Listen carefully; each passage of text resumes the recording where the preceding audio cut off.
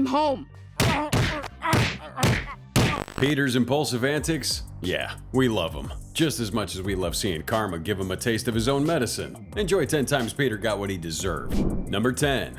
He went from hunter to hunted. It's just too bad that all the animals are so spread out, you know? I mean, wouldn't it be awesome if they were all grouped together, like in a cafeteria, and you could just go in there with a trench coat? Once upon a time, Peter and the gang ditched their booth in the clam for some wild outdoor action in the woods. You know, a chill day of hunting, what could possibly go wrong? Well, in the wacky universe of Family Guy, pretty much everything.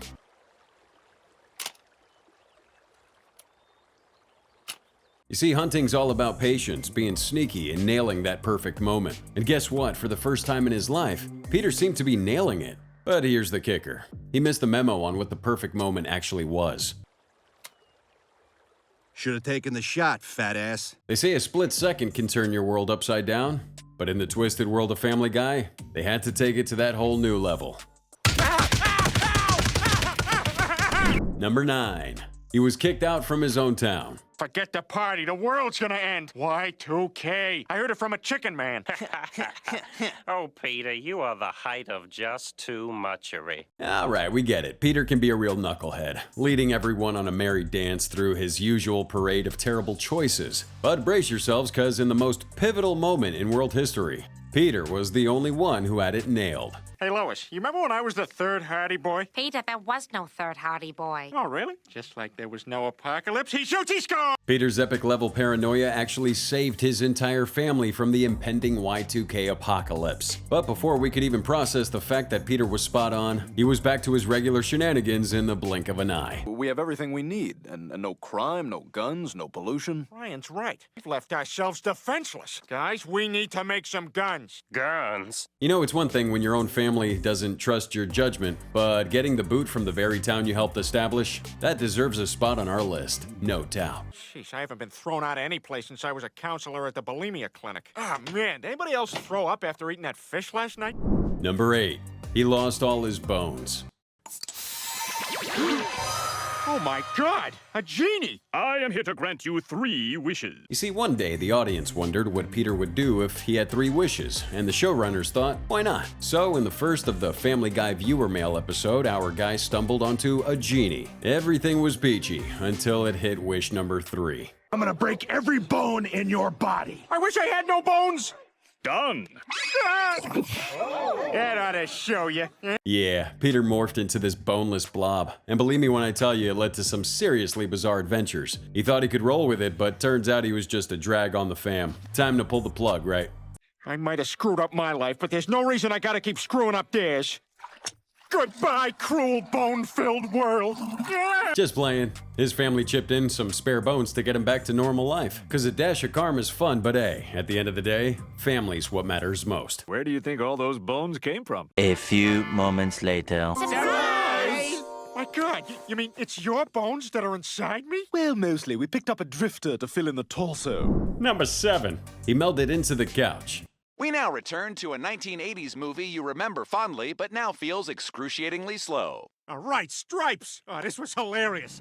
Among the many misdeeds Peter has carried out, one of the deadly sins makes an appearance: sloth. If he had his way, he'd spent his entire life sprawled on the couch, downing junk food and binging TV until the end of days. And guess what? He actually pulled it off once. I hope you don't plan on just lying on the couch and watching TV all weekend. That's exactly what I plan to do. Lying horizontally in his underwear seemed like a stellar weekend plan for Peter. Until, surprise, karma comes knocking again. Oh boy, isn't the irony just too good to pass up? Someone had I gotta touch another guy's hand to celebrate. Oddly enough, Peter seemed quite content with his newfound horizontal lifestyle, but his family, not so much. When they finally decided to pry him off that couch, well, let's just say someone definitely ordered an extra serving of karma. You know what? Just give me a push.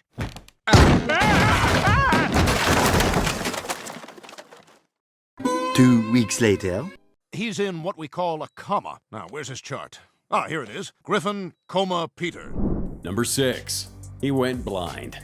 Peter, you're really putting away those Mentos. Oh, these aren't Mentos, Lois. I eat more nickels than anyone has ever eaten before. Setting this world record is gonna make me famous. When Peter hit a low point in his life, thinking he'd be forgotten, he aimed for a world record. And what did he choose? You got it. To become the world's coin-swallowing champion. Might be a bit extreme. Oh my God, Lois! I can't see! You don't need us to tell you chowing down on a bunch of coins doesn't lead to success, but pretty soon, poor Peter's vision goes kaput, and he's thrown into a new life of blindness. I mean, I guess I can give it a shot. Oh my God! I almost didn't do it. I'm so glad I did. Oh, worth it. Totally worth it. It was definitely a tough break for our main man Peter. But let's be honest, who didn't think that little dose of karma served up was delicious? Hey, you still awake, Lois, honey? Dad? That's right, I'm your daddy. Number 5. Megs Revenge. You guys all think you're so much better than me. Oh, Meg, that is the least fancy thing I have ever heard. Now, if there's one thing Peter completely messes up, it's, ironically, being a family guy. I mean, seriously, his dad skills come from another dimension of epic failness. And you know who suffers the most from his dad dysfunction? What's going on? I heard a noise. Is somebody downstairs? Oh, God, Meg, you startled me. I'm sorry. Meg's the family punching bag, especially when it comes to her dad's antics. That's why people were rooting for a dose of cosmic payback to hit Peter where it hurt. And that moment finally arrived when Meg took a little detour to the slammer. I'm home. You're all my bitches now.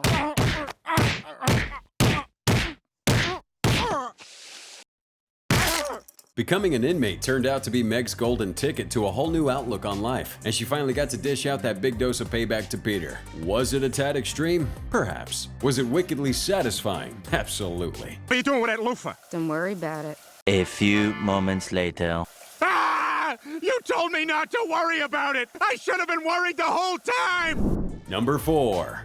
The disabled incident. Thank you so much for helping me tear up my carpet. Well, you know, Lois, I gotta confess, when you called me, I sort of misunderstood what you were asking for. That's why I rushed over. Now, a totally random event leads Lois to yank out all the rugs in the house, and that's when she makes a jackpot discovery. They could have stashed the cash or spent it on snooze-worthy stuff, but they opted to chase an old dream instead. Coolest place in Quahog. All the movers and shakers and bigwigs are gonna eat here, but not the small wigs. Hey! Talk about ambition, right? Sadly, the chosen spot doesn't match Peter's cool expectations, so he enlists his buddy's aid. Thanks to Joe's intervention, the joint gets a revival. And all seems hunky-dory, but hey, don't forget the cool factor. Oh, whoa, Joe, I thought you were bringing your cop friends over. What are all these parallelograms doing here? You mean paraplegics? These are my friends, Peter. It all boils down to a fiery face-off between Joe and Peter, climaxing into an epic Transformers-style showdown landing Peter in a wheelchair. Well, just for 2 weeks, but it did serve a slice of well-deserved comeuppance, didn't it? I thought you and your friends were just a bunch of gross cripples, but I've been in a wheelchair for 45 minutes now, and I see how tough it is. Number 3.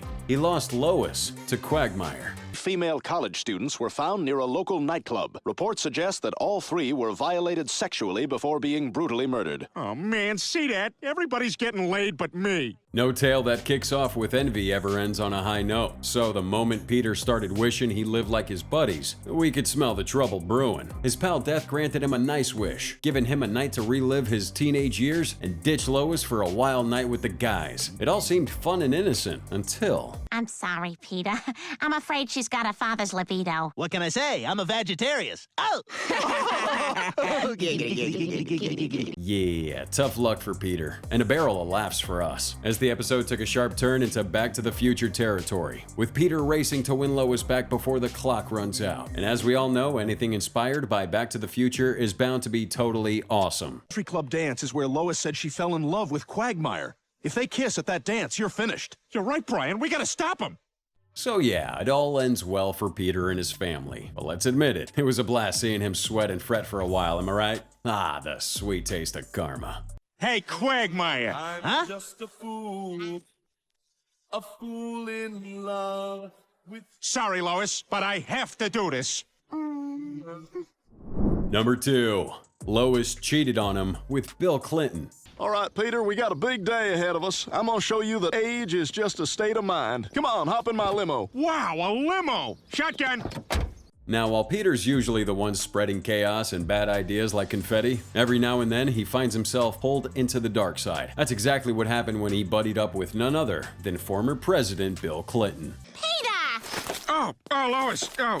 How did you and Bill do last night? We lived, Lois. We lived our lives. Together they unleashed a wild party and vandalism rampage that seemed like it had no brakes. Just when things are careening out of control, Lois stepped in to squash that toxic friendship once and for all. Or so she thought. Mr. President, I need to have a word with you. A few moments later. Well, you certainly are very persuasive. So I've been told. I mean, come on. Discovering your wife's been sleeping with someone else is a gut punch, and no doubt it's earned a spot on our list. But let's be real, not everyone can boast the honor of being bamboozled by Bill Clinton. Am I right, Peter? Hey, listen, Bill, you and I need to have a talk. 15 minutes later. Boy, you are good. You are really good. And number 1, Quagmire Shot Him. Hey, Peter, you got your safety on, right? Yeah, of course. Okay, because your gun is pointing right at me. Wait, you want me to pull the trigger and prove it to you? No, I just want to make sure your safety's on.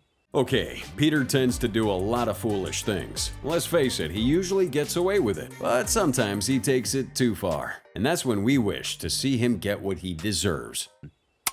Yeah, see, Quagmire? Safety's on. Now, this is a gun without a safety. Quite the difference, huh? After shooting his friend Quagmire during a hunting trip, Glenn decided to end their friendship like any mature person would. But let's not forget, it's Family Guy here, and to make amends, Peter offers Quagmire a chance for payback, shooting him in the arm. And guess what? Quagmire's all in. Hand me the gun, Peter. I passed the test? No, Peter. I'm gonna shoot you like a dirty animal. But hold up, just leveling that playing field isn't enough for our boy Quagmire. Peter's about to get a taste of what he truly deserved. All right, we're good. Thanks for watching, everybody. Be sure to subscribe and like the video for more Family Guy content. If you're still on the toilet, check out Family Guy's 10 Worst Things That Happened to Stewie shown on your screen right now, cause it's awesome.